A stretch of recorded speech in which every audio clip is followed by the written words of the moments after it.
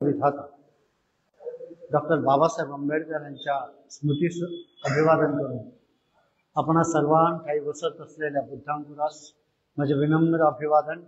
जय हिंद. पंचशील वैशाली बुद्ध विहार, वैशाली बुद्ध विहार, नागाबाबा नगर मधल्या आता इथली कार्यकारिणी अध्यक्ष वगैरे काही मला तसं माहीत नाही, तरीही सुमित सर्वदे, अशोक काळे सर, अशोक काळे, तुमचं हा अशोक काळे अध्यक्ष, तेच अध्यक्ष. अच्छा,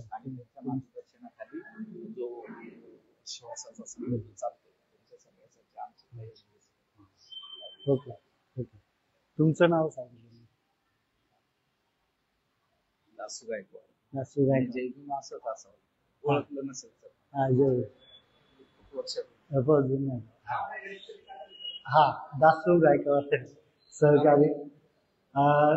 सर्व उपस्थित बंधू भगिनींनो, उपासक उपासिकांनो, तुम्हाला सुरुवातीलाच वर्षावासाच्या शुभेच्छा देत आहे. वर्षावासानिमित्त, कारण वर्षावासाचा कार्यक्रम तुम्ही करताय ही अतिशय आनंदाची गोष्ट आहे. उपस्थिती असते मागे पुढे होत असते, काय प्रॉब्लेम नाही. माझी येताना एक थोडीशी चूक झाली. आम्ही वर्षावासासाठी हार्दिक शुभेच्छा देणार एक दरवर्षी स्टिकर प्रकाशित करत असतो, ते टेबलवरच राहायला बॅगेत टाकायचं विसरलं.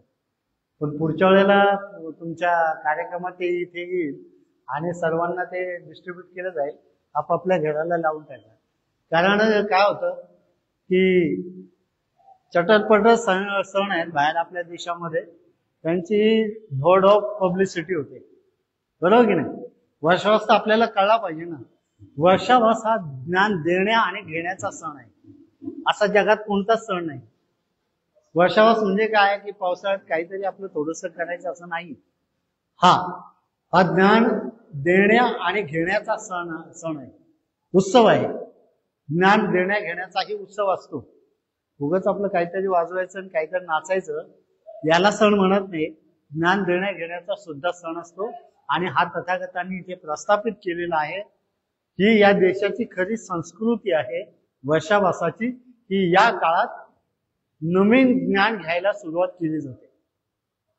ही मोठी परंपरा आहे. तुमच्या शाळा कधी सुरू होतात?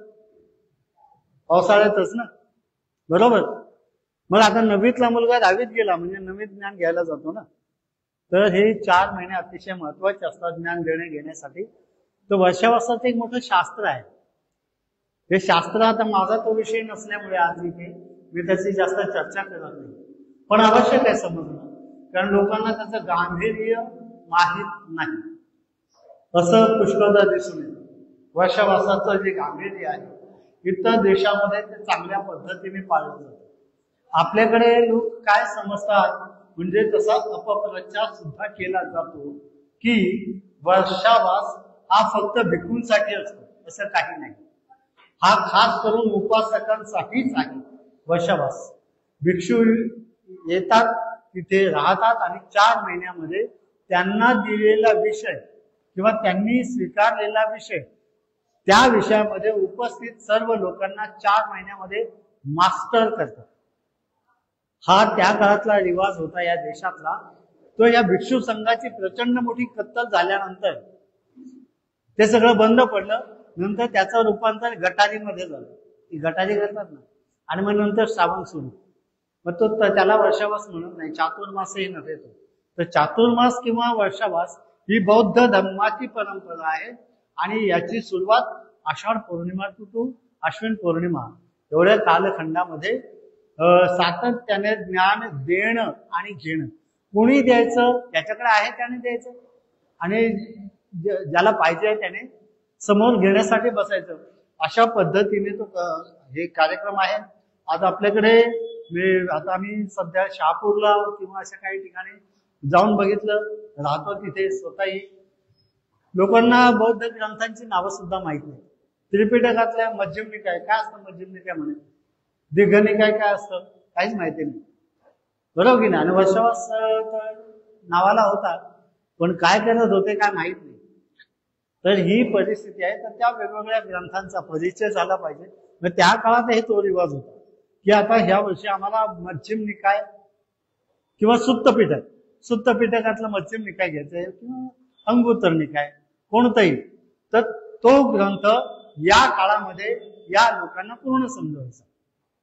अशा पद्धतीने त्याचं वाचन पठण वगैरे व्हायचं, हा खरा रिवाज आहे त्या विषयाचा. पण आपल्याकडे तशा पद्धतीने तो काही रुजलेला नाही. त्यामुळे साध्या साध्या ग्रंथांची सुद्धा आपल्याकडे माहिती नाही त्रिपिटकाच्या. ही परिस्थिती आहे. तर ती तशी सुरू झाली पाहिजे. आणि वर्षावास हा एक मोठा उत्सव आहे. तर तो उत्सव ज्यावेळेला देशावर हेवी होईल त्यावेळेला ही बाकीची घाण कुठेतरी नष्ट होईल. त्यामुळे याचा प्रभाव वाढण्यासाठी याचा प्रचार झाला पाहिजे. मैत्री संघाच्या माध्यमातून आम्ही दरवर्षी स्टिकर प्रकाशित करतो. मी पुढच्या वेळेला ते स्टिकर्स इथे तुमच्या कार्यक्रमात आमचे युगांत कातकडे किंवा कोणीतरी आणून देतील. सर्वांना ते वाटप करून आपल्या आपल्या दरवाजाला ते स्टिकर्स लावा, म्हणजे शुभेच्छा देणार. कारण कसं होतं की आता एखाद्या सणावर कुणाला काय बोलायचं म्हणजे ते विचित्र होतं. पण एक छोटीशी गोष्ट सांगतो आणि लगेच मी आपल्या अजातशत्रू या विषयाकडे जातो. असे बरेच सण आहेत बिनकामाचे, बरोबर की नाही. ते गोष्ट सांगतात की गावामध्ये कुत्र भुंकत, गावामध्ये ते कुत्र भुंकत, भू. त्याचा कुत्र्याचे कान म्हणजे एकदम लगेच. दुसरं कुत्र काय करतं, भू भू. तिसरं भू भू भू. चौथं आणखी भो भो भो. सगळ्यांचा भोकांड पसरला, अख्खं गाव जागं होतं, गावातली माणसं जागी होतात. आणि परिस्थिती काय होते की कामावून दमून आलेली माणसं असतात, थकलेली असतात आणि त्यांची झोपमोड होते. उठतात चालेल चोरवाले म्हणून सगळ्या गावात फिरतात. चोर तर काय कुठे दिसत नाही. मग काय करतात, ही कुत्री कशाला भुकत होती, मग धोपटा कुत्र्यांना. अशा रीतीने सगळ्या कुत्र्यांना मारतात. आणि कुत्री जरा अशी वाकडी तिकडी होत मार खाऊन एका कोपऱ्याला येतात.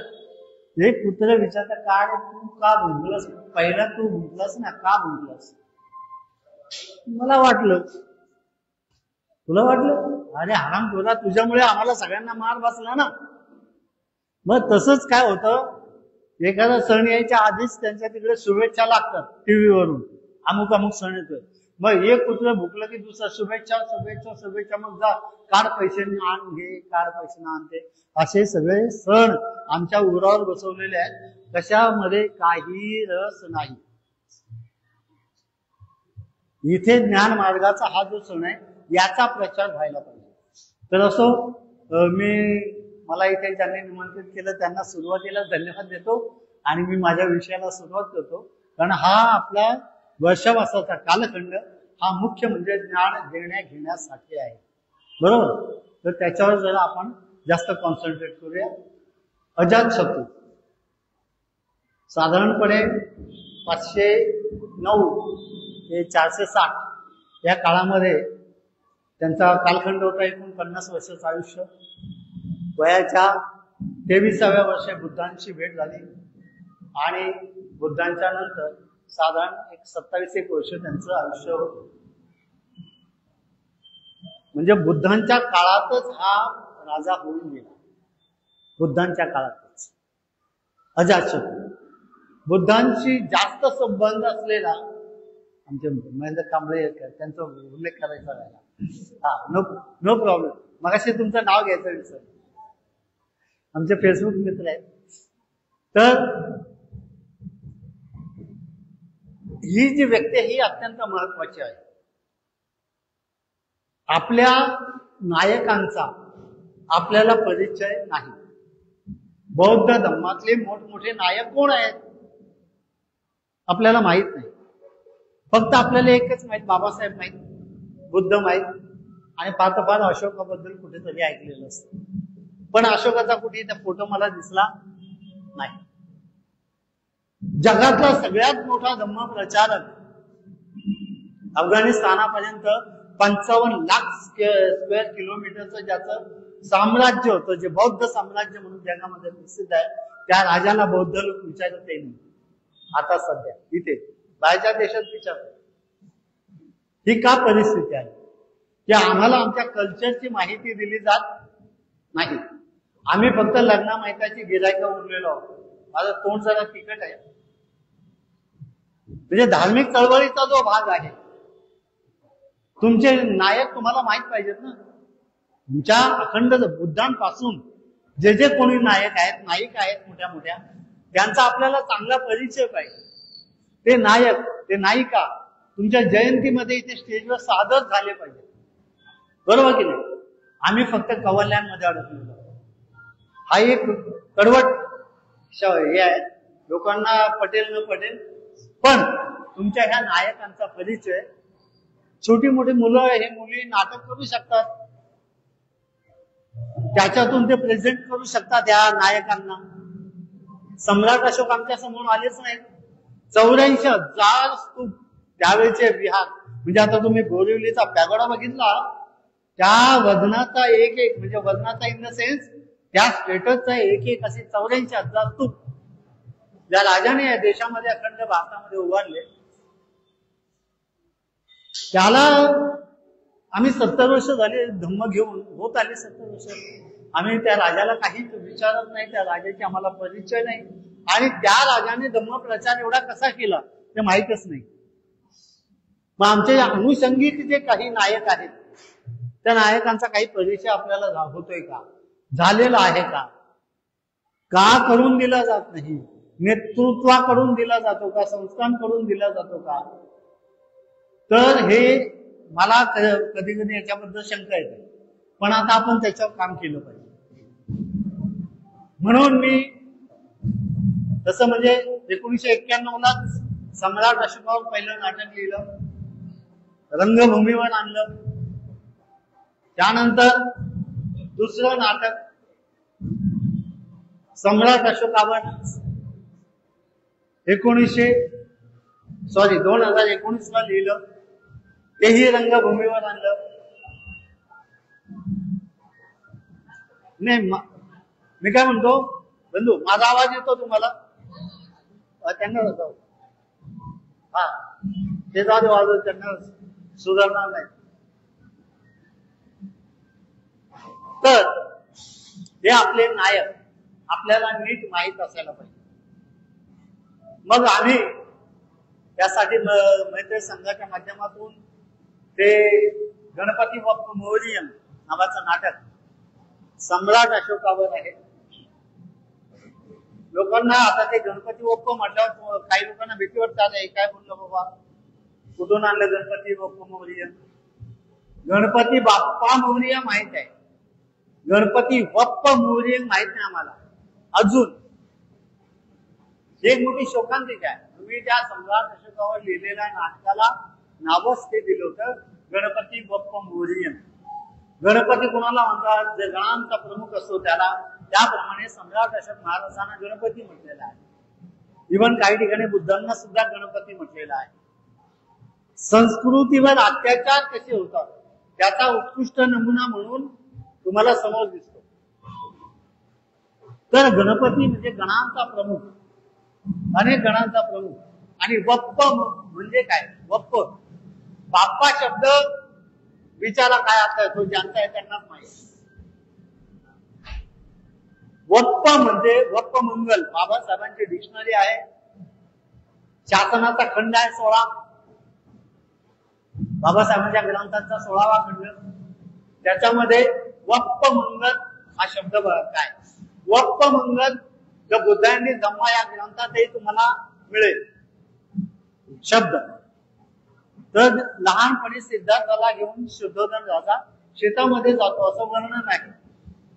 हा वप्पमंगल समारंभ आहे. वप्पमंगल समारंभ म्हणजे हा आपल्या संस्कृतीचा आधीपासूनचा रिवाज आहे, भारतीय संस्कृतीचा. काय की ज्या वेळेला शेतामध्ये बीज पेरायचं असतं शेतामध्ये, त्यावेळेला राजा नांगर धरायचा आणि बाजूला बाकीचे नांगर असायचे.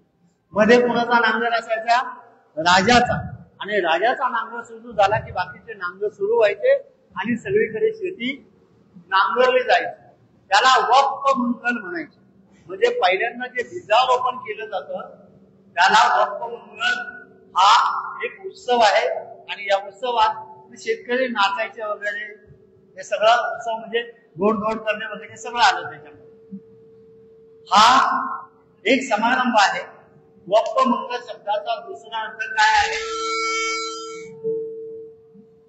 वप्पमंगल शब्दाचा दुसरा अर्थ आहे शेताचे घाण काढणे, म्हणजे जे अनावश्यक गवत असतं, ज्याला हिंदीमध्ये खरपतवार म्हणतात, इंग्लिशमध्ये वीड्स असं म्हणतात.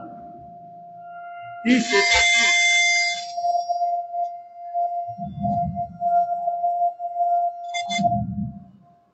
शेतातलं अनावश्यक गवत काढणे त्याला वप्पमंगल शब्द आहे. म्हणजे कुठली घाण काढणे आणि चांगलं नवीन काहीतरी पेरणे. म्हणजे आपल्याला रंग द्यायचा झाला इथे तरी आपण आधीचा साफ करतो ना, म्हणजे आधीचं काय वाईट आहे ते काढणे, खराब झालेलं असेल ते काढणे किंवा आपल्याला घातक असलेलं ते काढणे आणि नवीन चांगलं पेरणे, या दोन्हींना एकच शब्द आहे वप्पमंगल. तर असा समारंभ असायचा वाईट काढण्याचा. आणि मला मुद्दा मी समजावून सांगावं लागतंय, कारण काय होतंय की मला जर अजातशत्रू या विषयाकडे जायचं तर हे सांगणं आवश्यक आहे. मी नाटकाला नाव दिल्यावर काही लोकांनी मला ट्रोल केलं होतं, म्हणजे असं पर्सनल, हे काय नाटकाला नाव दिलंय तुम्ही? म्हटलं नाटक या ना, बघा ना तुम्ही, त्याच्यामध्ये अर्थ सांगितलेला आहे. तर वप्पमंगल असा अर्थ होतो. आणि मौर्यन म्हणजे मौर्यांनी, म्हणजे मौर्यांनी केलेले बीजारोपण, गणपती असलेल्या मौर्यांनी केलेले बीजारोपण, असा गणपती वप्पमौर्यंचा अर्थ आहे. मौर्यांनी जे काय बीजारोपण केलेलं आहे, सगळ्यात मोठं बीजारोपण दुसरं केलं धम्माचं केलं ना, वैचारिक बीजारोपण केलेलं आहे. जे वैचारिक बीजारोपण केलेलं आहे त्याची कुठेतरी आपण नोंद केली पाहिजे, ठेवली पाहिजे, आज सांगितली पाहिजे. हे म्हणजे काय म्हणतात त्याला, कृतज्ञ लोकांना समजावलं पाहिजे की तुमचे खरे राजा आधीपासूनचे हे आहेत, मोठे राजे आहेत, त्यांनाही कुठेतरी सन्मान द्या. तर हा जो काही भाग आहे महत्वाचा, त्याच्याकडे आपण लक्ष दिलं पाहिजे की गणपती वप्प मौर्य म्हणजे गणपती असलेल्या मौर्यांनी केलेले बीजारोपण. आणि परत त्याचा दुसरा अर्थ होतो की या देशाची घाण जी काय त्यांनी साफ केली त्याचा त्याच्यात उल्लेख आहे. गणपती वप्प मौर्य. आता तुम्ही गणपती बाप्पा मौर्याचा अर्थ त्यांना जाऊन विचारा, मला माहित नाही. बरोबर, मी इथे थांबतो त्या विषयावर. मग आता आपण अजातशत्रूकडे बोलूया. माझ्या नाटकाच्या नावाचं मुद्दाम क्लिअरिफिकेशन करावं लागलं. ते नाटक आता परत यावर्षी रंगभूमीवर येईल, तर तुम्ही ज्यांनी कोणी पाहिलं नसेल त्यांनी अवश्य बघा. आणि त्याच्यामध्ये सम्राट अशोक काय आहे किंवा कलिंग युद्ध काय आहे, हे आता कसं वंचित नावाचं आपल्याकडे राजकीय पक्ष आहे, त्यांनी ते संन्यस्त खडग नावाचं नाटक बंद करण्याचा प्रयत्न केला. 1931 सालापासून ते नाटक चालू आहे, तुम्ही यावर्षी बंद करताय. मधल्या काळात त्याने त्याचं काम केलं. त्याने काय काम केलं? संन्यस्त खडग, सावरकरांनी लिहिलेलं नाटक, नावाचा अर्थ काय त्याचा? संन्यस्त खडग म्हणजे तलवारीने संन्यास घेतला. संन्यस्त तलवार, खडग म्हणजे तलवार, तलवारीने संन्यास घेतला. आणि अशा पद्धतीने त्यांनी ते नाटक त्याचे जबरदस्तीने बरेचसे प्रयोग करून काय केलं की बहुजन समाजामध्ये एक विचार पेरला की बुद्धांपासून या देशाचं वाटोळं झालं. बुद्धांनी तलवार खाली ठेवली, राजा असून चिवर घेतलं. सम्राट अशोकाने राजा असताना तलवार फेकून दिली. या दोन माणसामुळे देशाचं वाटोळं झालं आणि परकीय लोक आले. हा विचार त्या नाटकाच्या माध्यमातून त्यांनी पेरला सगळीकडे. आम्ही बसलो डोळे झाकून. आणि यावर्षी आता बंद करतात ते सत्तेवर असताना. म्हणजे आपली चळवळ किती व्यापकुटला आहे याचा एक साधारण अंदाज येतो आपल्याला. हा एक विचार केला पाहिजे. हरकत नाही त्यांना किती यश मिळालं किंवा त्या प्रयोग ते झाले पुढे तसेच की फक्त निषेध झाला त्या भानगडीत आपण पडत नाही. आपण पुढे अजातशत्रूकडे येऊया डायरेक्ट. मी सम्राट अशोकावर बोलायचं इथे सांगतो, कारण तो विषय आणखी पुढे बरंच वाढेल. अजातशत्रू ही जी पहिली धम्मसंगीणी झाली बघा, आता शेवटची जी झाली 6वी, त्या 6व्या संगीणीला बाबासाहेब उपस्थित होते. श्रीलंकेत झाली ना, श्रीलंकेमध्ये जी धम्मसंगीणी झाली त्या धम्मसंगीणीला बाबासाहेब स्वतः उपस्थित होते. आणि बाबासाहेबांनी त्यातून बराचसा काही बोध घेतलेला आहे, म्हणजे प्रत्यक्ष उपस्थित राहून. बाकीचा त्यांचा आधीपासून अभ्यास बऱ्यापैकी होता, म्हणजे उत्तमच होता. आणि परत तिथे जाऊनही त्यांनी आणखी परत ब्ल्यू प्रिंट तयार केली की तुम्ही इथं धम्मप्रचार कसा करणार. तर आता त्या भागाकडे आपण जात नाही, तोही मोठा विषय आहे. महत्वाचा विषय काय, ही संगीनी म्हणजे काय.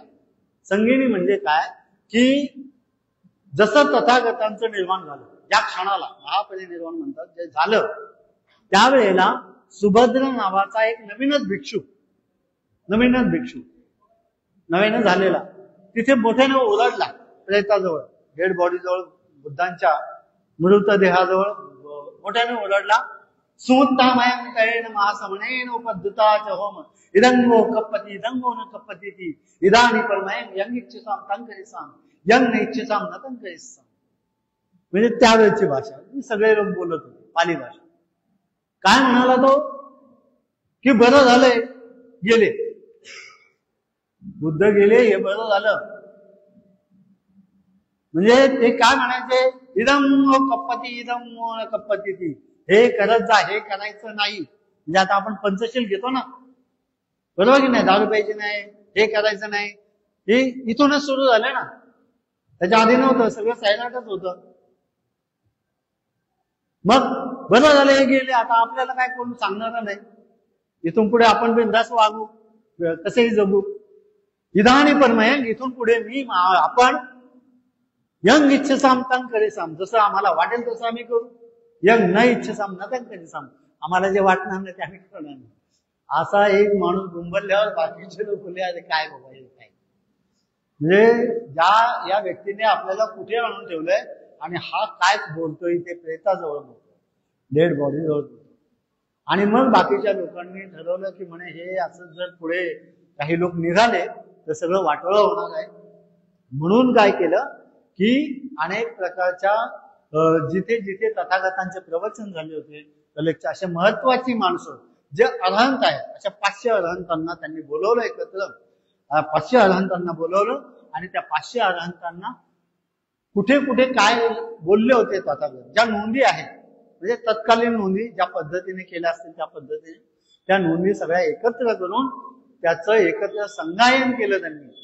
मग एकाने म्हणजे हे बरोबर आहे का, बोल सगळे बोला, सगळे अरहंत बोललेत, गायलं सगळ्यांनी एक साथ, एक एक सुत्त असं गायलं आणि मग त्याची नोंद केली गेली. आणि अशा पद्धतीने विनय पिटक, अभिधम्म पिटक आणि सुत्त पिटक या सर्व ग्रंथांचं तिथे संगायन झालेलं, त्याला म्हणतात संगायन. आणि ही प्रथम धम्मसंगीती ती तथागतांच्या निर्वाणानंतर ताबडतोब 6 महिन्यामध्ये झाली ती. आणि ती घ्यायची, पण आता तिचा खर्च, प्रचंड खर्च. 500 अरहंत प्लस आणखी भिक्खू येणार, उपासक येणार ऑथेंटिक करायला की नाही हे तुम्ही बोलताय चुकीचं बोलताय, बुद्ध असे म्हणालेच नव्हते, शब्द तसा नव्हता असं सांगायला बरेचसे उपासक पण तिथे मुक्कामाला येणार. म्हणजे ही प्रचंड लाखाभराची संख्या, यांचं अन्न 6 महिने चालणार तो कार्यक्रम. कारण ते एका दिवसाचं काम नव्हतंच. कुठे 45 वर्षामध्ये कुठे कुठे काय काय सांगितले ते. तर ते सगळं संग्रहित करण्यासाठी, त्याच्यावर बारीक विचार करण्यासाठी, त्याची व्यवस्थित नोंद करण्याचं काम किती महिने चाललं होतं, 6 महिने चाललं. आणि मग त्या 6 महिन्यामध्ये जे काही संगायन झालं ते झाल्यानंतर परत झालं आणि आता 6व्या संगायनाला बाबासाहेब उपस्थित होते. या देशात, या जगातल्या कोणत्याही धर्मामध्ये असं संगायन होत नाही. की आमच्या धर्मामध्ये काही कचरा आलाय का, आता यांना 6वं का केलं की मधल्या काळात काय कचरा आलाय का, कुठे पॉलिश केलं जातं, कचरा आऊट केला जातो, कचरा बाहेर टाकला जातो. हे नवीन घुसवलं, कोणी घुसवलं, कधी आलं विचारलं जातं संगायनामध्ये आणि मग ते बाहेर टाकलं जातं. हे नाहीये, ऑथेंटिक नाहीये. मग जे आधी सांगितलेलं आहे, बुद्धांच्या काळात सांगितलं, त्याला ऑथेंटिकेट करण्याचं काम ते रेग्युलर होतं. मग काही 100 वर्षांनी झाली, 200 वर्षांनी झाली, 400 वर्षांनी झाले संगिनी. अशी ही 6वी संगिनी झाली. एक मोजली जात नाही, पण ओके ठीक आहे, 6 संगिनी झालेल्या आहेत अशा. तरी पहिली संगिनी ज्या राजाने केली त्या राजाचं नाव काय, अजातशत्रू. अजातशत्रू हा त्यावेळेचा सर्वात मोठा राजा. म्हणजे तसं पाहिलं तर बंगाल पासून पंजाब पर्यंतचा जो आता सध्या गायपट्टा म्हणतात किंवा जो उत्तर भारत म्हणतात, तो सगळा उत्तर भारत या राजाच्या ताब्यात होता. या व्यक्तीचं आयुष्य आपण सुरुवातीपासून जाणून घेऊ. मला त्यांच्यावर नाटक लिहावंसं का वाटलं, कारण आता सध्याचा जो काळ आहे ना, तो काळ अजातशत्रू ज्या पद्धतीने वाढला किंवा ज्या पद्धतीने जगला तो राजा, तो काळ मला आता इथे दिसतोय प्रत्यक्ष समाजामध्ये. म्हणजे तसं त्यांचे वडील बिंबिसार राजा, स्वतः राजा, बुद्धांची चांगली जवळीक, बुद्धांचे चांगले रिलेशन त्यांचे, की ते वंदन करायचे, त्यांच्याकडून धम्म शिकायचे. मात्र अजातशत्रू त्यांचा मुलगा पूर्णपणे वेगळा, बुद्धांच्या बरोबर नाही. आज आपल्या घराघरामध्ये तसं दिसतंय. वयस्कर मंडळी बाबासाहेबांकडे, बुद्धांकडे आहेत, त्यांची मुलं बर्दीकडेच नाचायला आहे ना, ही फॅक्ट आहे आत्ताची. मग अजातशत्रू तसंच होता, बुद्धांचा पूर्ण विरोधक. याची कारण मीमांसा पण तशीच आहे. कारण काय, की बघा किडा कसा टाकला जातो, आपल्याकडे किडे असे घातले जातात. तर किडा टाकायचं काम कोण करतं, कसं करतं, आपल्या समाजातल्या एकेका माणसाच्या डोक्यात कसा किडा घातला जातो आणि त्याला कसं भ्रष्ट केलं जातं चळवळीपासून, याचे खूप छोटे मोठे नमुने आहेत. त्याचा कोणी अभ्यास करत नाही, दुर्लक्ष करून आपण सोडून देतो आणि त्यामुळे पुढची वाढ खुंटते. तिकडे जात नाही आपण. परत मुद्द्यावर येऊ, की याचा जेव्हा जन्म झाला या मुलाचा, वैदेही आईचं नाव, बापाचं नाव बिंबिसार. जन्म झाला, पण जन्माच्या आधी आईला डोहाळे लागतात ना, सगळ्यांना माहित आहे. आईला डोहाळे लागतात मुलं जन्माला यायच्या आधी. हे जगा वेगळे डोहाळे या मुलं आईला लागले. वैदेही प्रसेनजित राजाची बहीण. प्रसेनजित राजा कौशलचा राजा, बुद्धांचा तोही बुद्धांचा शिष्य. या वैदेहीला डोहाळे असे लागले की नवऱ्याच्या डाव्या दंडाचं रक्त प्यायचंय, असे डोहाळे लागले. आता डोहाळे लागल्यावर स्त्रियांना नेमकं काय होतं ते त्यांना माहित. मी काय खोलात जात नाही, पण काहीतरी अस्वस्थता असते की मला हे पाहिजे, मला हे पाहिजे, मला हे पाहिजे. तिचे डोहाळे पराकोटीचे तीव्र असल्यामुळे ती अस्वस्थ असायची. आणि ती अस्वस्थ असताना सेविकेच्या लक्षात आलं, जी दासी वगैरे असते, राणी साहेब तुम्ही असं का करताय, काय प्रॉब्लेम काय.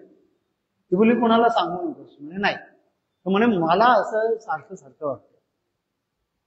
अजिबात डोहाळे. मग काय करायचं.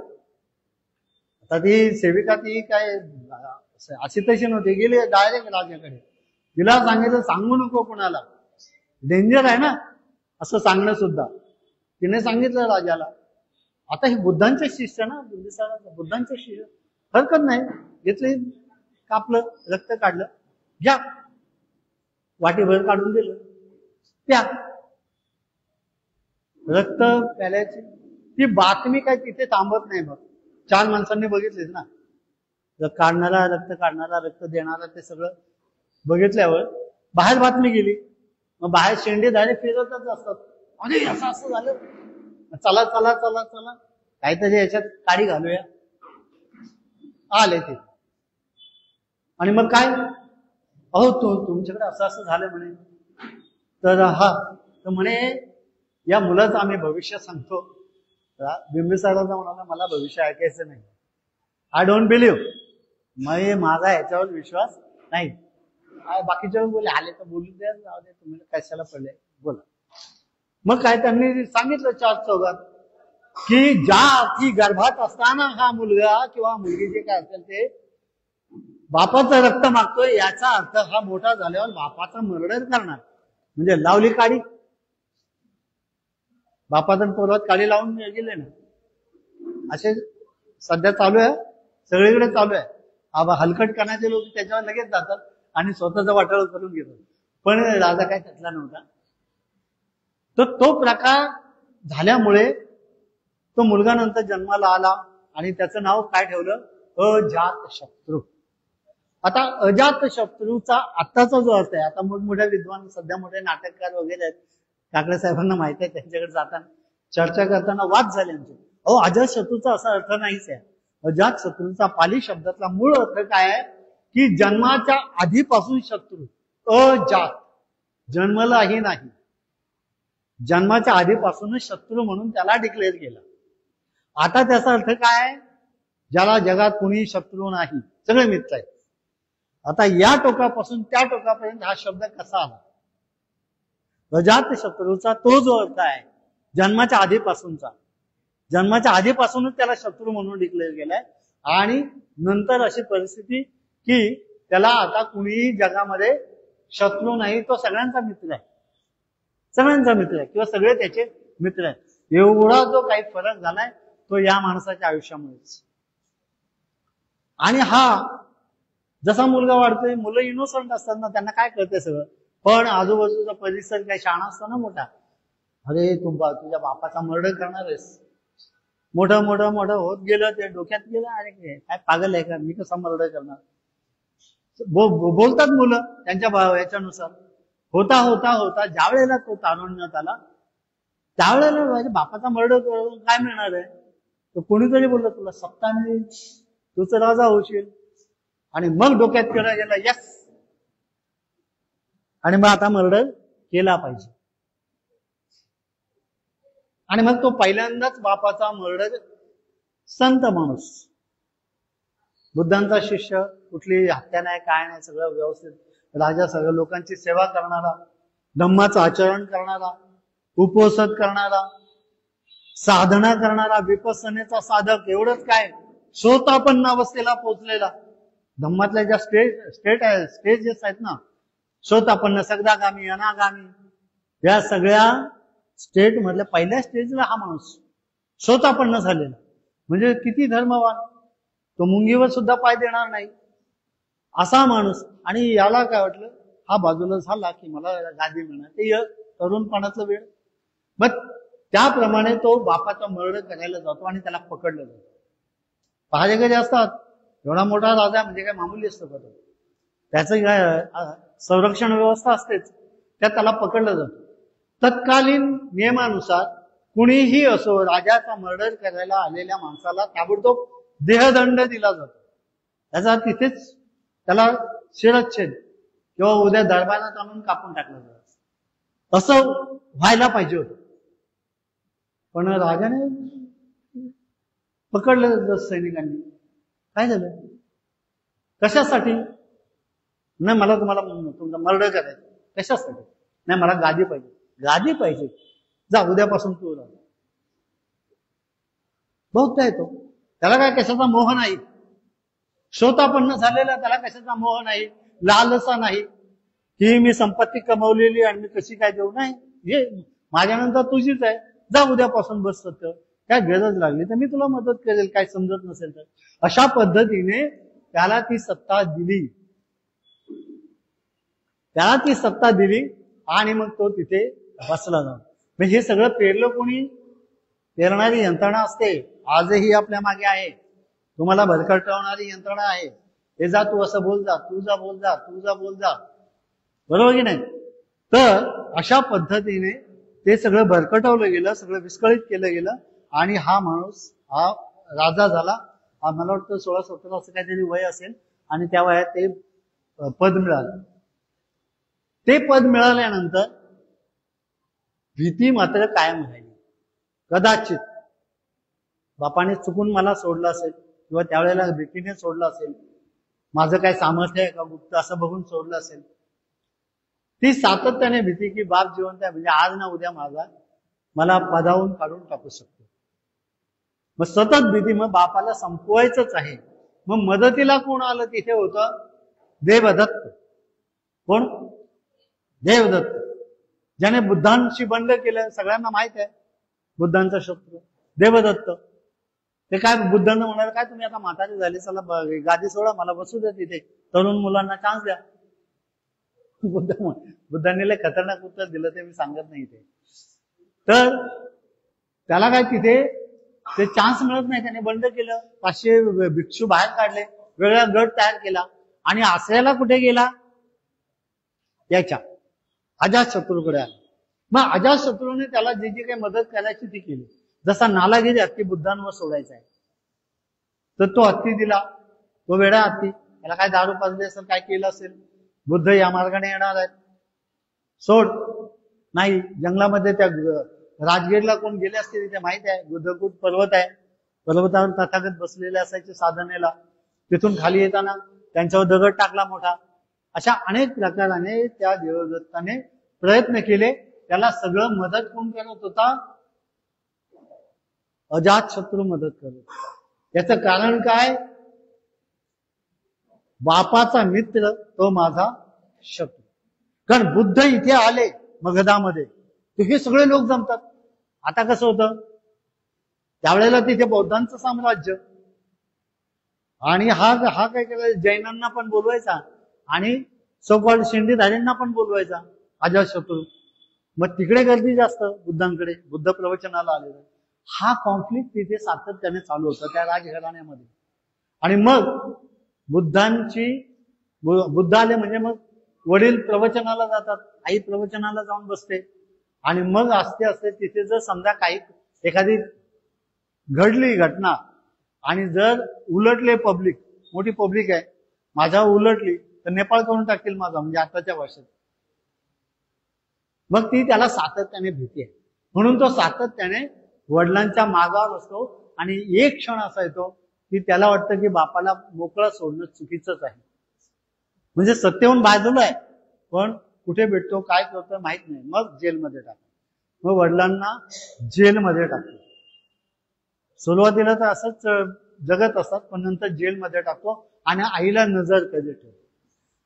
मग जेलमध्ये टाकल्यानंतर हळू सांगतो की लवकर मरावं म्हणून काय, अन्न बंद, बापाचं अन्न बंद केलं. अन्न बंद केल्यावर काय, वैदेही बायको बिंबिसाराची काय करायचं, जगवण्यासाठी काय करायचं. तर मग तिला आठवड्यातून एकदा दोनदा भेटायची परवानगी दिली होती, पण जेल मधल्या लोकांना सांगितलं अन्न द्यायचं नाही, आणि माझा आदेश असं सांगायचं नाही, अन्नच द्यायचं नाही तुम्ही, बस एवढंच. अशा पद्धतीने अन्न बंद केलं, लवकर मरेल अशी व्यवस्था केली. पण आणि हा देवदत्त सांगायचा मरणार नाही लवकर, त्याला खूप आयुष्य, असं म्हणजे चेतवून द्यायला असं. तर मग देवीने काय केलं तिथे, वैदेहीने, की चण्याचं पीठ घ्यायचं, ते भाजायचं चांगल्यापैकी, मधामध्ये कालवायचं आणि संपूर्ण छातीला लावायचं. त्याचा आपला गोळा होतो ना आपला तयार, संपूर्ण छातीला ते लावायचं. ते सुकलं की वरून चोळी घालायची, आतमध्ये जेलमध्ये भेटायला जायचं, ते तुकडे काढून त्याला खायला द्यायचे. असं करून करून करून त्याला जगवलं. पण याच्या आधी वेगळी आहे, याच्या आधी वेगळी ट्रिक केली होती. याच्या आधी वेगळी ट्रिक काय केली त्याने, की आंबाडा केसांचा, त्याच्यामध्ये फडक्यामध्ये बांधलेली आपला मसाले भात, समजा काय त्यात वाटाणे फेटाणे काय असतील भात, असा भात आंबाड्यामध्ये बांधायचा, पदर असा घ्यायचा आणि जायचं. पण म्हणे मरत कसा नाही अजून, भेटायला आठवड्यातून दोनदाच जाऊन ती त्याला अशा पद्धतीने अन्न पुरवायची. नाही म्हणे चेक करा. मग चेक केला तर मग लेडीज सिक्युरिटी ठेवल्या, चेक केलं, काढा म्हणे पदर, बघितलं तर एवढा मोठा आंबाडा, त्याच्यावर गाजला, काढा, तर आतमध्ये भाताचा गोळा. म्हणजे म्हणे नाही, परमिशन अशी की केस सोडूनच आत जायचं, केस मोकळे असले पाहिजेत तरच तुम्ही आत भेटायला जाऊ शकता. मग त्यानंतर ही आयडिया केली, कुठली, चण्याच्या पिठाची. त्याच्यावर काही दिवस काढले. मेन टाइम इकडे देवदत्त आणि हे बाकीची मंडळी आणखी राजकारणात जी काय घाण करायची ती करतायत. बाजूला जवळजवळ 36 गणराज्य होते, 36 डेमोक्रॅटिक स्टेट. ती 36च्या 36 गणराज्य बुद्धांचं अनुसरण करणारी होती, बुद्धांचं अनुसरण करणारी होती. हा म्हणाला कशाला लोकशाही पाहिजे, अजातशत्रू बोलला लोकशाही नाही पाहिजे, हुकुमशाही पाहिजे. आता इथे चाललंय ना दिल्लीला, लोकशाही बाबासाहेबांनी दिलेली खतम, आम्ही सांगू तसं वागायचं. मग ती हुकुमशाही आणण्यासाठी त्याने 36च्या 36 गणराज्य संपवण्याचा प्लॅन केला. पण त्या प्लॅन मध्ये 16 वर्ष त्याला यश येत नव्हतं. कोणाला? अजातशत्रूला यश येत नव्हतं. काय करायचं? मग त्याने शेवटी काय केलं, म्हणजे त्याचं डोकं असं चाललं आणि त्यामुळे त्याचं नाव जगामध्ये अमर आहे. तोही एक विषय आहे. आणि दुसरा विषय आहे संगिनी घेतल्याचा. पण त्याने एक हत्यार तयार केलं. ते हत्यार आजही तुम्ही गुगल सर्च जरी केला तरी ते हत्यार दाखवलं जातं. त्या अजातशत्रूने त्याला सायथिड असा इंग्लिश शब्द आहे, सायथिड. त्याला त्या तत्कालीन भाषेत रथमुसळा असं म्हणायचं, रथमुसळा. आणि ते हत्यार तुम्हाला बाहुबली चित्रपटामध्ये बघायला मिळाले. बाहुबली चित्रपट ज्यांनी पाहिला असेल किंवा इंग्रजी बेनहर चित्रपट, त्याच्यामध्ये ते हत्यार दिसतं. त्या हत्यारामध्ये काय विशेष आहे की हा जो रथ आहे, हा रथ जो आहे त्या रथाला जे चाक फिरतं त्याला तलवारी रमली जाते. त्यामुळे असं गर्दीत घुसवलं तर माणसं सटासट कापली जायची बाजूला. नुसतं गर्दीत पळवत नेला, सैन्याचा लोंढा आला, लढायची गरजच नाही. घोडा मारला जाईल तर घोड्याला संरक्षण, घोड्याच्या पुढे एक फ्रेम आणि त्याच्या पुढे तलवारीची पाती अशी घोड्याच्या डोक्यावर, हे अशी घोड्याच्या डोक्यावर. त्यामुळे घोड्याला कोणी हात लावू शकत नव्हतं. आणि घोडा सुसाट, एक जरी रथ मुसळा घुसवला तरी. आणि अशा रीतीने बौद्ध धम्माचं अनुसरण करणारी 36 गणराज्य त्या माणसाने मातीत घेतली, रक्ताबंबाळ करून टाकली आणि जिंकली ती सगळी. म्हणजे बघा, बुद्धांचं धम्माचं अनुसरण करणाऱ्या सगळ्या याचा या अजातशत्रूने पूर्ण सत्यानाश केला. मात्र युद्धामध्ये कुठेतरी असं झालं की तो जखमी झाला. असा तसा जखमी झाला नाही. त्याच्या आधी तो जखमी झाला त्याच्या आधीचाही एक प्रसंग आहे. तो प्रसंग असा आहे की जीवक भंते आले होते. त्याच्या अजातशत्रूच्या बायकोची डिलिव्हरी तिथे करतायत आणि त्याच दिवशी ते जेलमध्ये जाऊन यांना भेटतात. कोणाला? बिंबिसार राजाला. आणि तिकडून याच्याकडे येतात भेटायला अजातशत्रूला. अजातशत्रूला बातमी कळते की तुम्हाला मुलगा झाला. खूप आनंद होतो, मला मुलगा झाला, वा वा, किती छान किती छान. सगळ्यांनाच आनंद होतो, मला मुलगा झाला, आनंद, चला हे वाटा ते वाटा. आणि तेवढ्यात लगेच त्याला विचारतो, अरे माझ्या वडिलांना त्यावेळेला किती आनंद झाला असेल, माझा जन्म झाला तेव्हा.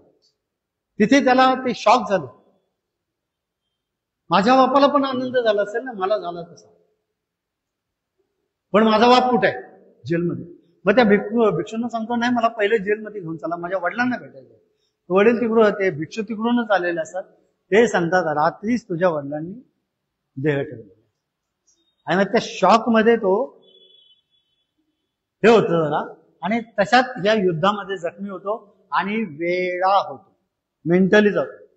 फिजिकली त्याला काही इंजुरी जी झालेली असते ती हा जीवक म्हणते पूर्णपणे त्याला बरं करतात. शरीरामध्ये त्याच्या काही ज्या जखमा झाल्या त्या बऱ्या करतात. पण मेंटली गेलेला माणूस काय करायचं? वेड्यासारखं रात्री पण झोपेतून बडबडणार, इकडे तिकडे अस्वस्थ, अन्न खाऊ शकत नाही, धड काय, म्हणजे पागल झालेलं काही पण अवस्था असते.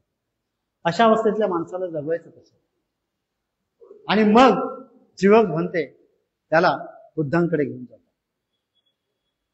आणि बुद्ध म्हणजे जगातलं सर्वश्रेष्ठ मेडिसिन, माइंड, मनावरचं सर्वश्रेष्ठ औषध कोण आहे? बुद्ध आहेत.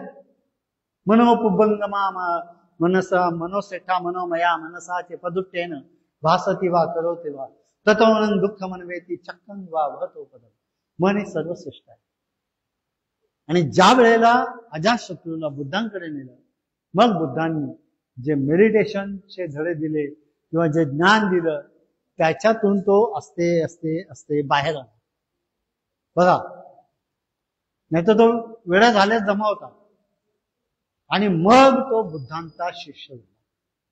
आणि नंतर बुद्धांशिवाय त्याला काही सुचत नव्हतं. मग मधल्या काळात जेवढे स्तूप पाडले होते, आता ही मस्जिद पाडली ना, तसे याने स्तूप उद्ध्वस्त केले होते. या अजातशत्रूने जेवढे स्तूप पाडले होते ते सगळे बांधायला वगैरे सुरुवात केली. सगळं काम चांगलं केलं. नंतर बुद्धांचं निर्वाण झालं आणि मग त्यांनी ही धम्म संगीती घेतली.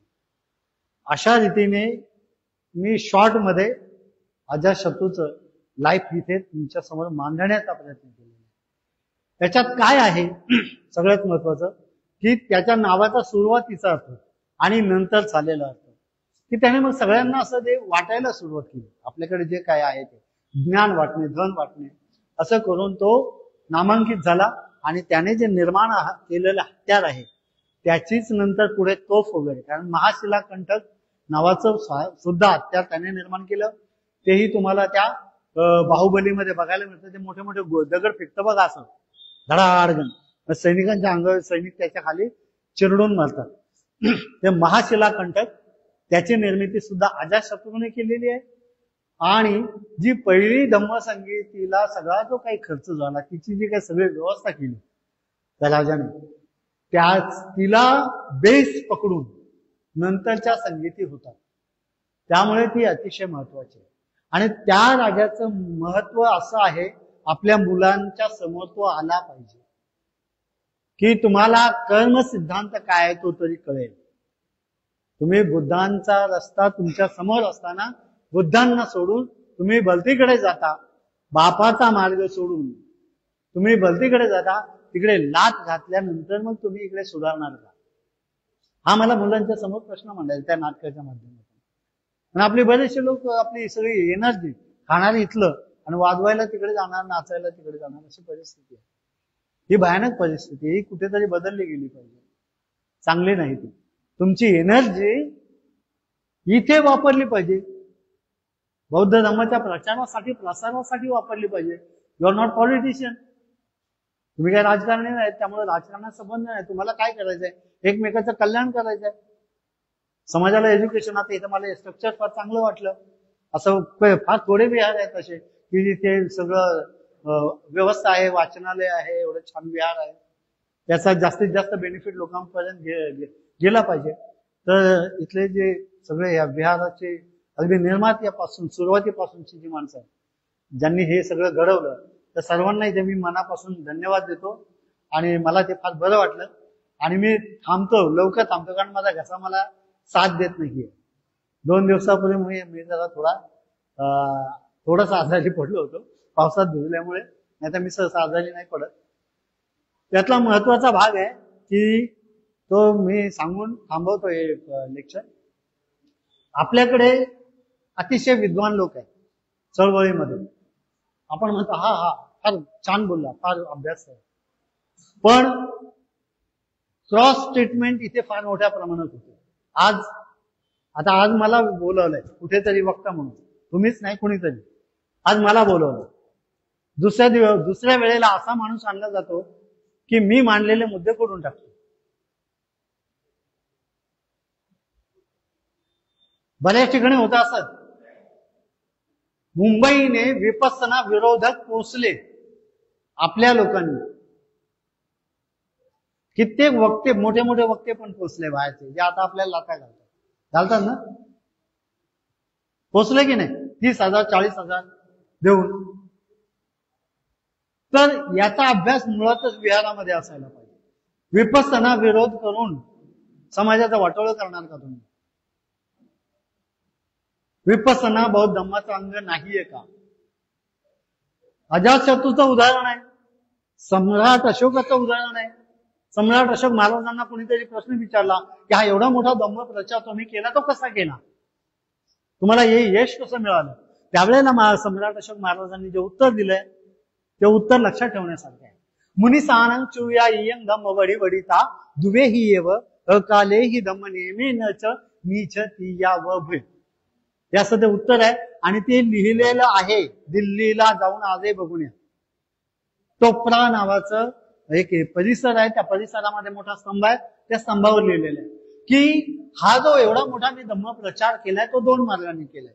दुवे ही एव, 2 पद्धतीने केलेला आहे. एक काय की लोकांना प्रवचन देऊन किंवा ग्रंथांच्या माध्यमातून वगैरे असं लोकांना शिकवून धम्माचा प्रचार केला. आणि दुसरा मेडिटेशन म्हणजे विपස්සनेच्या माध्यमातून केला. विपස්සनेच्या माध्यमातून मग. आणि त्यात शेवटी काय म्हणतात, या दोन्हीपैकी विपස්සनेच्या माध्यमातून जास्त प्रचार झाला धम्माचा. कारण लोकांना इफेक्ट मिळतो ना. मानसिक अस्थिरता 2 मिनिटांमध्ये त्यांची जर स्थिर झाली तर हा बुद्ध श्रेष्ठ आहे शेवटी. म्हणजे नाहीतर सुशांत सिंग राजपूत किती मोठा स्टार असला, वरचा ग्रह तारा विकत घेतलेला असला तरी आत्महत्या करतो. माइंड नाही ना जागे. हे माइंड सरळ कोण करणार? बुद्ध करणार. म्हणून मेडिटेशन हा तुमचं सगळ्यात मोठं हे आहे, उपचार आहे तुमच्याकडे. मानसिक अस्थिरता, दौर्बल्य घालवण्यासाठी. आणि त्याच्यावर टीका करणारी माणसं आपल्याकडे आहेत. अशा लोकांना आपण पोचतो मस्तपैकी. तर हे जे काही चाललेलं आहे ना, जे एकाने लिहायचं आणि दुसऱ्याने जाऊन पुसायचं, हे कुठेतरी थांबलं पाहिजे, थांबवलं गेलं पाहिजे. म्हणून मला मुद्दाम या सम्राट अशोक पुरावा आहे. हे जेवढे स्तूप बांधले ते कशासाठी बांधले होते? सम्राट अशोक महाराजांनी हे स्तूप कशासाठी बांधले? 84,000. मामूली आकडा नाही तो. अफगाणिस्तानापर्यंत अजूनही सापडतात. कशासाठी बांधले होते? तर त्याच्या मागे एक भूमिका होती. काय भूमिका आहे? ते आजही तुम्ही पॅगोडाला जाऊन बघा. त्याच्यावर जो काही कळस म्हणून जो पार्ट आहे, आता त्याला कळस शब्द वापरूया, काय तो जो वरचा पार्ट आहे त्याला म्हणजे बनाना शेप असं काहीतरी येतो. त्याच्यामध्ये काय आहे? तथागतांच्या अस्थी आहे. तथागतांच्या अस्थी आहे. का ठेवल्या तिथे त्या? त्याचं कारण माहित आहे? तथागतांच्या अस्थी असलेल्या परिसरात साधारणपणे एक विशिष्ट दायरा आहे की तेवढ्या भागात कोणताही माणूस बसला आणि जर तो पंचशिलाने परिपूर्ण असेल काय काळात, तर त्याचं व्हायब्रेशन सुरू होतं. तथागत त्याला तो स्पर्श देतात आणि त्याच्यातली बुद्धत्वाची ऊर्जा प्रज्वलित करतात. म्हणजे त्या धातूमध्ये एवढी ताकद आहे, एवढी त्यांनी 6 वर्ष जी साधना केली, त्या साधनेमध्ये एवढी ताकद आहे की त्या अस्थी सुद्धा आजही कुणाच्या रामाच्या अस्थी आहेत का, तो विष्णूच्या, कोणाच्या अस्थी नाही, बुद्धांच्या आहेत. कशासाठी जपले जगातल्या लोकांनी? आणि हे काय झालं, अजातशत्रूच्या काळात 8 भाग झाले होते. 8 भाग. तथागतांच्या अस्थीचे किती भाग झाले? 8 भाग. ते वाटले गेले. सम्राट अशोक महाराजांनी ते 8ही स्तूप फोडले. बघा, बुद्धांच्या अस्थीचे स्तूप फोडणारा माणूस काय असेल, कुठे पोचलेला असेल, त्या लेवलला असेल ना. तो काय नुसता राजा नव्हता तलवार घेऊन फिरणारा. ते आता माझ्या गणपती ओपमध्ये बघा की सम्राट अशोक नेमके काय होते. या लोकांनी जे वर्णन केलं ना इतिहासकारांनी, ते सगळं खराब करून टाकलेलं आहे. तर ते स्तूप आत फोडले आणि त्यातल्या सगळ्या अस्थी काढून अगदी सोन्याच्या अडकित्याने त्या पण गाथा म्हणत संगायन करत की आम्ही हे करतोय. आणि अशा रीतीने 84,000 त्याचे भाग केले आणि 84,000 प्रत्येक स्तूपामध्ये ते वर ठेवलेले होते. मग त्यांनी उगीच तोडले का? ते नाहीच पाहिजे इथून. ते पाण्यात वाहत गेले की कुठे गेले आता कुणाला माहित नाही. त्याचा पुढचा इतिहास आहे, तो काय आपल्या अकलना पलीकडचा आहे, त्यात आपण शिरत नाही. पण तिथे बसलेला माणूस, सम्राट अशोकाचं राज्य यशस्वी का झालं? की अन्नधान्याची पूर्ण सगळी व्यवस्था केली होती. कुणाला माणूस उपाशी मारणार नाही एवढी व्यवस्था केली होती. कारण त्यावेळेला जीडीपी किती होता आपला भारताचा? 33 ते 37 पर्यंत. हे अमर्त्य सेन सांगतात एवढा मोठा जीडीपी आहे त्या काळात, सम्राट अशोकाच्या काळात. पण माणसाला 2 पार्ट असतात. ही बॉडी आहे, हे उदरभरण झालं, खाल्लं पिल्लं, बॉडी फुगली, मेकअप केला, सगळं झालं. पण माइंड, मग त्याच्यावर उपचार करण्यासाठी हे 84,000 स्तूप होते. आजही तिथे जातो आपण पॅगोडावर. कशाला जातो? मेंटल पीस साठी जातो, शांततेसाठी जातो. त्यासाठी त्यांनी ते उभारले होते. त्यांनी ते नष्ट केले आणि आपण हे एवढं मोठं कार्य आहे तिकडे दुर्लक्ष करतो. आणि सटल पटल माणसं येतात आणि ते सांगतात विपස්සना काय, हे आहे का, ते आहे का.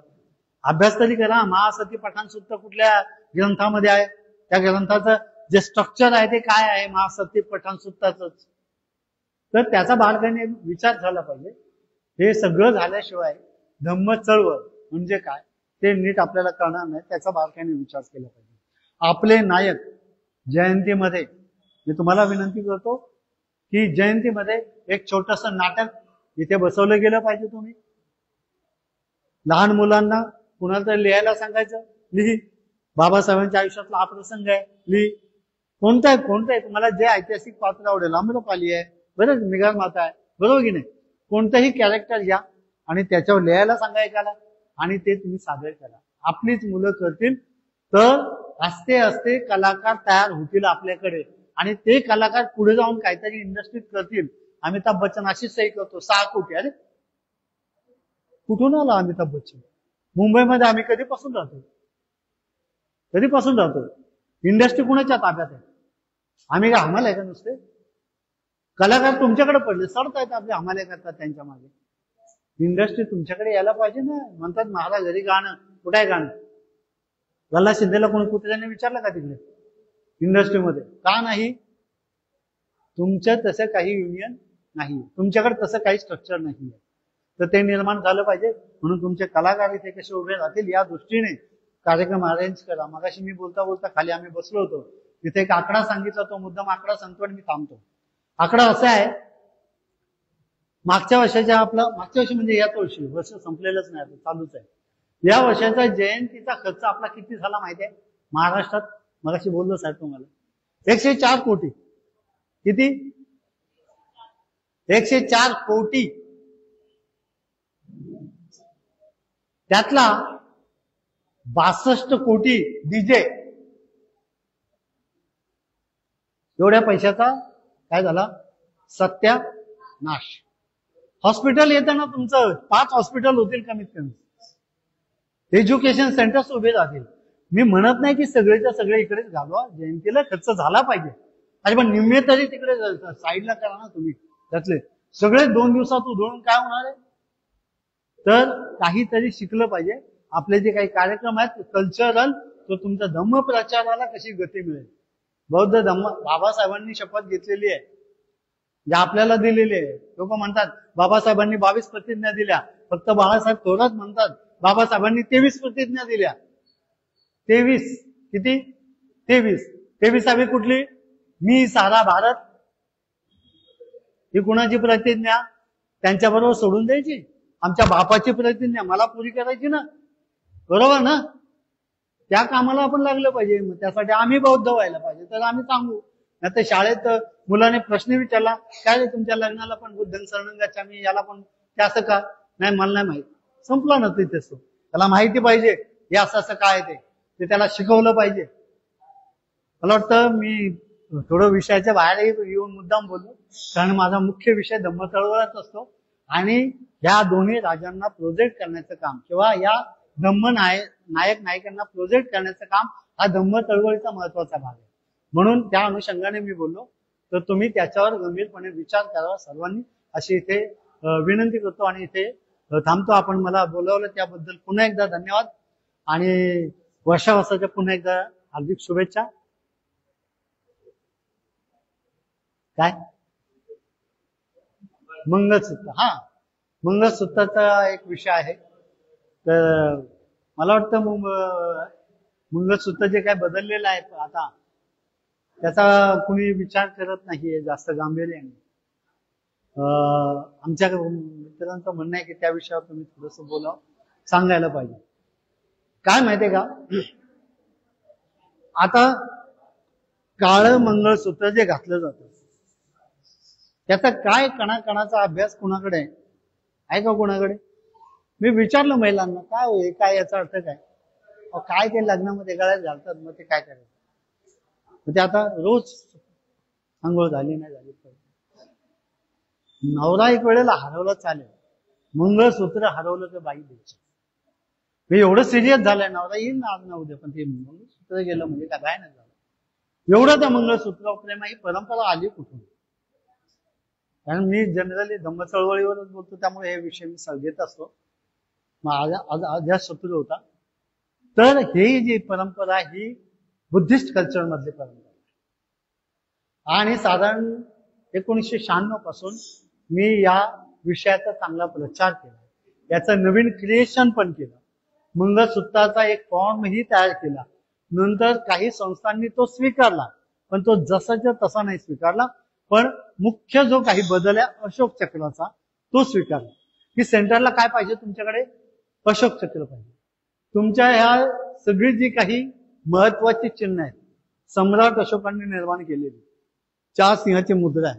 तुम्हाला चणे घ्यायचे तरी जे कॉइन देताना त्याच्यावर सुद्धा सम्राट अशोक आहे. हो, त्याच्यावर सुद्धा सम्राट अशोक आहे. त्याच्यावर सुद्धा सम्राट अशोक आहे ना मुद्रा 4 सिंहाची, त्याच्यावर अशोक चक्र आहे. झेंड्यावर अशोक चक्र आहे. त्या अशोक चक्राचा मान कोण ठेवणार? आपण ठेवणार. ते काढायला निघाले, पोस्ट कार्डावरचं काढून टाकलं, पोस्ट कार्डावर वाघ टाकले. आता वाघ इथं घुसवला नाही, मग लगेच वाघ आला तिथे पोस्ट कार्डावर. तर ही जी काही चळवळीला बाजूला कशी हळूहळू हळू आग येत चालली, तिच्याकडे लक्ष पाहिजे. तुमची चिन्ह तुम्ही जपली पाहिजे.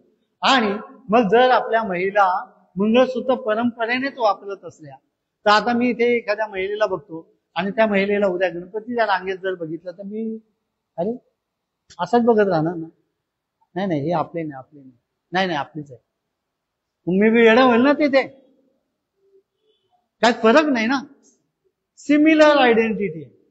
तुम्ही आयडेंटिटी सोडली पाहिजे ना ती. संपलं 56 साली गेलं सगळं मातीला मिळालं.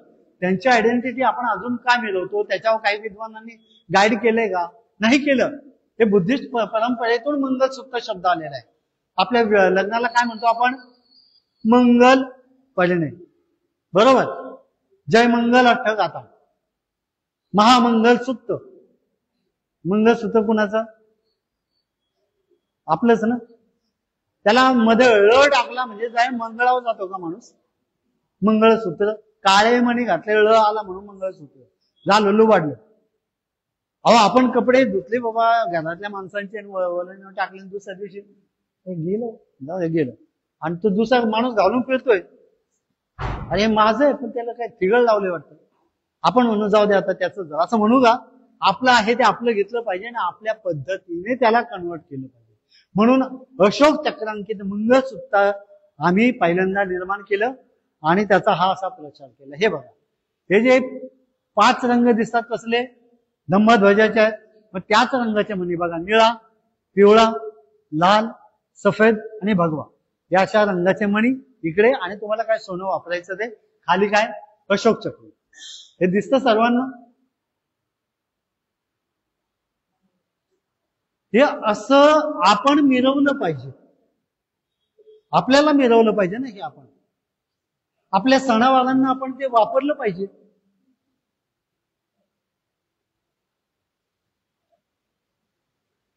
तसं मी तुम्हाला सेंड करतो नंतर. हे आमच्या कल्चरचा महत्वाचा भाग आहे, आमच्या संस्कृतीचा. आणि मी सुरुवातीला जेव्हा सांगितलं तेव्हा लोक मला विचारायचे, मुद्दाम सांगतो, हे काय बाबासाहेबांनी सांगितलंय का? मला नाही, बाबासाहेबांनी नाही सांगितलं, मीच सांगतोय. मी बघत होतो काय माणसं काय काय बुद्धिमान आहे ते. मला जवळजवळ 10 वर्ष कुणी प्रतिवाद केला नाही. काय माणसाला काय अक्कल नाही, बाबासाहेबांनी काय सांगितलं नाही, स्वतः सांगतोय. आणि मग 10 वर्षानंतर बाबासाहेबांनी कुठे सांगितलंय ते मांडलं, तेव्हा लोकांनी कपाळावर हात मारून घेतला. द बुद्धा अँड धम्मा हा ग्रंथ किती लोकांनी वाचलाय? समजला का तो तुम्हाला? नाही समजला. सदाचरणावरील प्रवचने या सेक्शन मध्ये, या विभागामध्ये, म्हणजे याचं नाव आहे, शीर्षक आहे, त्याच्यामध्ये 3 वेळा याचा उल्लेख आहे. मंगळसूत्र शब्द नाही, फक्त विवाहित असल्याची स्त्रीच्या गळ्यातील माळा, महिलेच्या गळ्यातील विवाहित असल्याची माळ, असा उल्लेख आहे. त्याला मंगळसूत्र आहे. तुमचं बरंचसं लिटरेचर जाळून टाकले हो. नालंदा, तक्षशिला, मोठमोठी विद्यापीठ जाळून टाकले. सगळं तुम्हाला कुठे मिळणार? तुम्हाला शोधायचं आहे. बाबासाहेबांनी शोधलं, बाहेरच्या लोकांनी येऊन शोधलं, आपण शोधायला पाहिजे. आणि आपल्या महिलांनी आता हे मंगळसूत्र नावाचा जो प्रकार आहे त्याच्यात तो बदल केला पाहिजे. फक्त काळे मणी काढून टाकायचे आणि हे 5 रंगाचे मणी त्याच्यामध्ये उतरवायचे. बाकी काय खाली डोरलं आहे त्याचा काही अर्थ सांगायला गेलो तुम्ही ऐकणार पण नाही, मी सांगणार पण नाही. ऍक्च्युअल एवढा घाणेरडा अर्थ आहे. हे गळ्यात जे सध्या घातलंय ना तुम्ही, त्याचा अतिशय घाणेरडा अर्थ आहे. मी त्या खोलात जात नाही, कशाला सांगायचं. पण जे पवित्र आहे, या देशातला मिलिटरीचा मेजर असेल, कमांडर असेल किंवा राष्ट्रपती असेल, कुणाला सॅल्यूट मारतो? अशोक चक्राला सॅल्यूट मारतो. आणि ते अशोक चक्र जर आपल्याकडे आलं तर सॅल्यूट कुणाला आला? आपल्याला आला. घ्या तो सॅल्यूट. नमो बुद्धाय, जय हिंद.